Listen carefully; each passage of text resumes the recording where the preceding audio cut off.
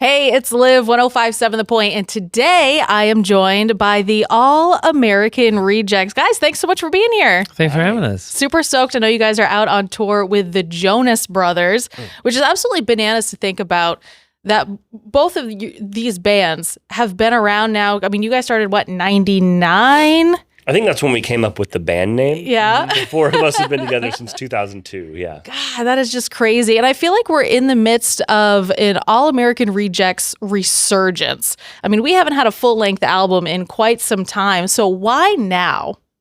It's a great question. The vibes. Yeah, no, I mean, I think it was nice to have something to say after a little while, you know? When you grow up in front of a record button, when you're late teens and throughout your 20s, it was such a wild pace that we kept for at least 12 years, I think, before we allowed ourselves time to just like get back to the earth. We were running very fast for a long time in these buses and just wrapping ourselves around the world. And that pace you get lost in your post-adolescence when you give it up to serving, the collective force that was the All-American Rejects. So, yeah, we took some time off and, I don't know, took some personal, like, we all lived completely different places of the country. And about 3 years ago, we played a festival that we were taking a piss about, like, it was one of those heritage festivals with when we were young in Vegas. Oh, yeah. And then we had a crowd. We had a crowd that was singing like deep album cuts, and we were dressed up as like flying Elvises in Vegas. We really couldn't give two shits about it. But it really kind of shook us a bit to go, wow, maybe time has given us some perspective on the fact that people care about this band. Yeah, absolutely. I think nostalgia is huge. I mean, I think, me growing up when Donnie is our music director and he's like, hey, Liv, he's like, we got All-American Rejects coming in. Do you want to interview him or you want me? And I'm like, Donnie, my AOL Instant Messenger screen name was my dirty Lil secret. Lil, because you had to, shorten it, and Lil Jon was like huge and everything. So I'm like, this is like a full circle moment. On the set list every night, I write it Dirty Lil Secret. See? As one should. It's your name. Just for you. Yeah. Thank you. I definitely appreciate that. So that, it's just so crazy to think like, here, I am now 35 years old and I feel like you guys have really taken this return, by the horns. I mean, I remember I saw you guys pop up on TikTok just randomly. You're crashing a college party out in Mizzou. No, that was fun. Take me back to these pop-up shows because I know that's part of something bigger that you're a part of.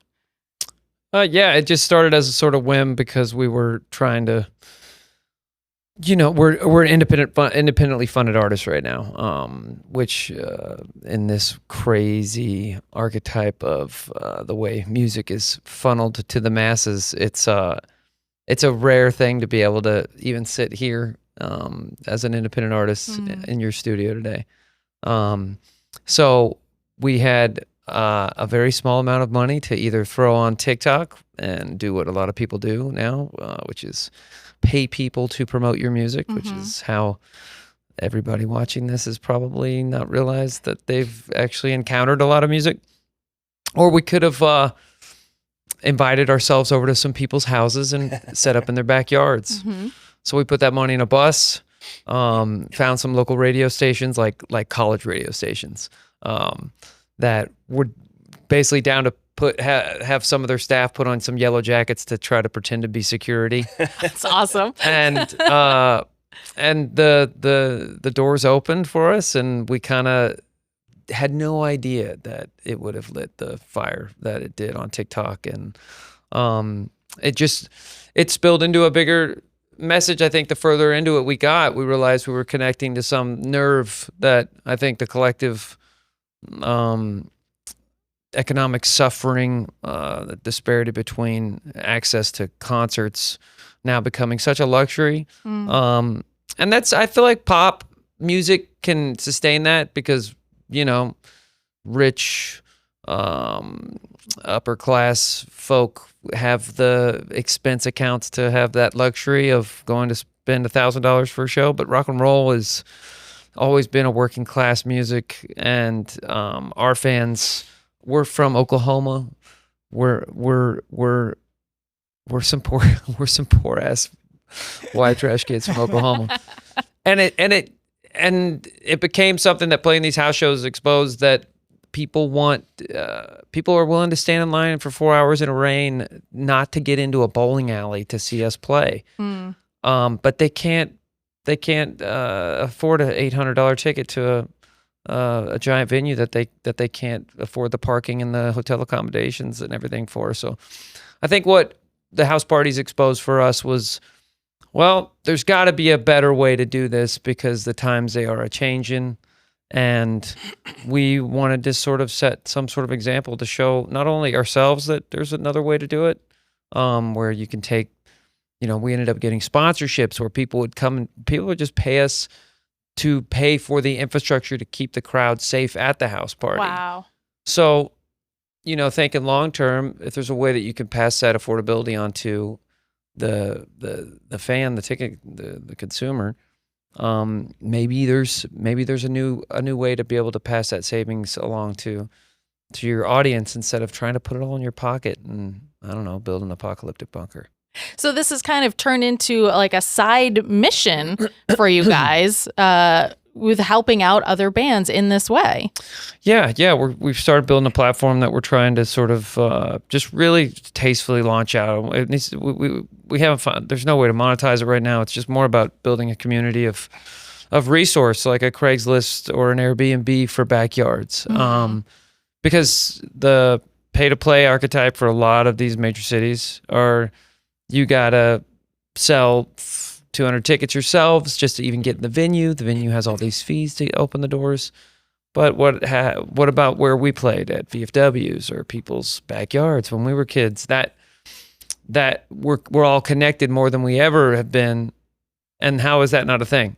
Yeah. So why not make it a thing? So that's what we're trying to do. I think people are craving, one, nostalgia. And two, people are craving authenticity and something that's a little more tangible. And being able to go somewhere in your community to so-and-so's backyard, the VFW, I think there's a lot to be said for like, hey, let's get the friends together and we're going to go out and spend, not $800 and enjoy some art and enjoy some music and have a good time. Totally. I think people forgot that was part of it. Like, in order to, get yourself out there and make new fans, like you had to go play shows. I think a lot of people feel forced to just focus on social media. Sure. And then they don't get better at their craft. They don't make fans in a, authentic, organic way playing shows. And I just think people just forgot how important that was. Yeah, absolutely. I would agree with that. So I did want to bring up, you've released, 3 singles recently, getting ready for a new album. Oh, what can you tell me about the new album thus far? Do we have a date? We are working on it. Okay. We're close to having a full body of work. It was, to speak to what you said earlier, for us, it wasn't just about the nostalgia. That may have woken us up to the fact that there is still an audience there. But I think a lot of other bands are just capitalizing on the nostalgia of everything. I think for us, we were waiting to see when, if ever, we would all be on the same page to do this and try to have fun with it again. Yeah. You know what I mean? And that's where the house shows have really been like a keystone to just us having fun and doing what we grew up loving to do. And, with those, we're kind of just dipping our toe a little further, recording a cover song last year and then recording original song. And then, we're about to dive in and have a whole collection of songs, hopefully, to release early next year. Yeah. And you mentioning the fun, I've noticed the fun also in your music videos you've released over this last year. We've got a video game theme, we've got puppets, and we've got claymation. Yeah. So did you go into like the thought of these videos with those, or did that just come out of conversations and working with other creatives? Yeah, it was a little bit of both. Like we, as a band, I feel like our identity was in our music videos. We always we always had great music videos. We always worked with exceptional directors that went on to be great filmmakers.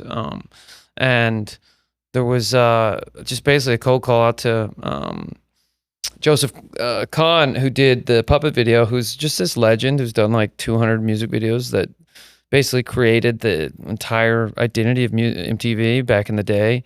And he liked our band and came up with this great concept, didn't take a fee. Just circling back to the fact that we paid for this music video ourselves.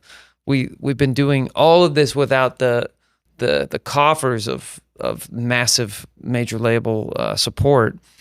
So to be able to do this and have the quality standard of quality that we keep for our music videos has been such a gift for us, because being in such a visual world right now where we're sitting on the radio on television. It's so I think music videos are such an important piece of the identity of the music. It's like a long form Instagram post. Yes. Yeah. Unfortunately, right? If only songs were 30 seconds, I think they'd probably digest it better. And that's so true, though, that your music videos, they have the staying power. I mean, it's because of the My Dirty Little Secret music video that I discovered Post Secret. And they're still around today, and it's still fascinating to see those things. And it's always going to have that connection in my brain. Now, one of your new songs we're playing all the time, Easy Come, Easy Go. And I do have an odd question with that. But first, tell me about where the inspiration for that song came from. My first son was just born, and I was sitting in my kitchen, and some songs just like pour out of you. And I think I've always sort of maintained this sort of tongue bursting through the cheek kind of lyricism. But this song this for me is probably one of my most proud lyrical experiences, I guess, that have kind of gushed out in a moment where good songs kind of just come, at least in my experience. They just come all over the place. No, it's just it's a fast. It comes out of you fast. It goes through you very quickly. And all of this kind of spilled out in a purge. And the song was, comes from a personal place of an experience of, somebody you want to really, want to poison with your expression. And that's what the song is. It's such a contemptuous song. I love that. So I bring this up because as I was getting ready for this interview, I'm like, I want to read through the lyrics and sit with them because, hearing them and reading them can be two different experiences sometimes. Sure. And I'm going through it. I'm sitting and I'm like, I'm so surprised the TikTok book girlies haven't found this song because there's so many parallels with this song. What is a TikTok book girly? So these are girls that read books all the time and they talk about books and they make books popular. One of those books is called Fourth Wing. And in that book, in your song, there's a lyric about Violet and violence. The main character of that book, her name is Violet, but her man calls her Violence. Oh, nice. And there's all of these parts of the song that talk about, looking up in the sky, looking down below, and they ride dragons. And I was reading, I'm like, either this is the biggest coincidence or All American Rejects really love Fourth Wing. We are I say I do. We are TikTok book girlies. We invented the genre. Have you ever heard of Twilight? I have. I love paranormal teen romance as its genre. Teen romance with dragons. Paranormal. There it is. There it is. I mean, I'm just saying, the girlies that were reading Twilight and listening to the All American Rejects back in 2008, have adult money now. And I'm just saying, they're going to want to go see you guys along with Jonas Brothers, listen to the new music. I appreciate you guys so much for coming out. We're also working on a book. Oh, I'm so excited. They're going to be dragons, right? Absolutely. Right. Of course. So excited that you guys are, back and you're killing it. You're doing it independently. The music is still so fun and upbeat. And I think that's kind of what the world needs right now. So again, just thank you guys for being here, and I can't wait to hear the new album. Cheers. Thanks so much for having us. Thanks. Yeah.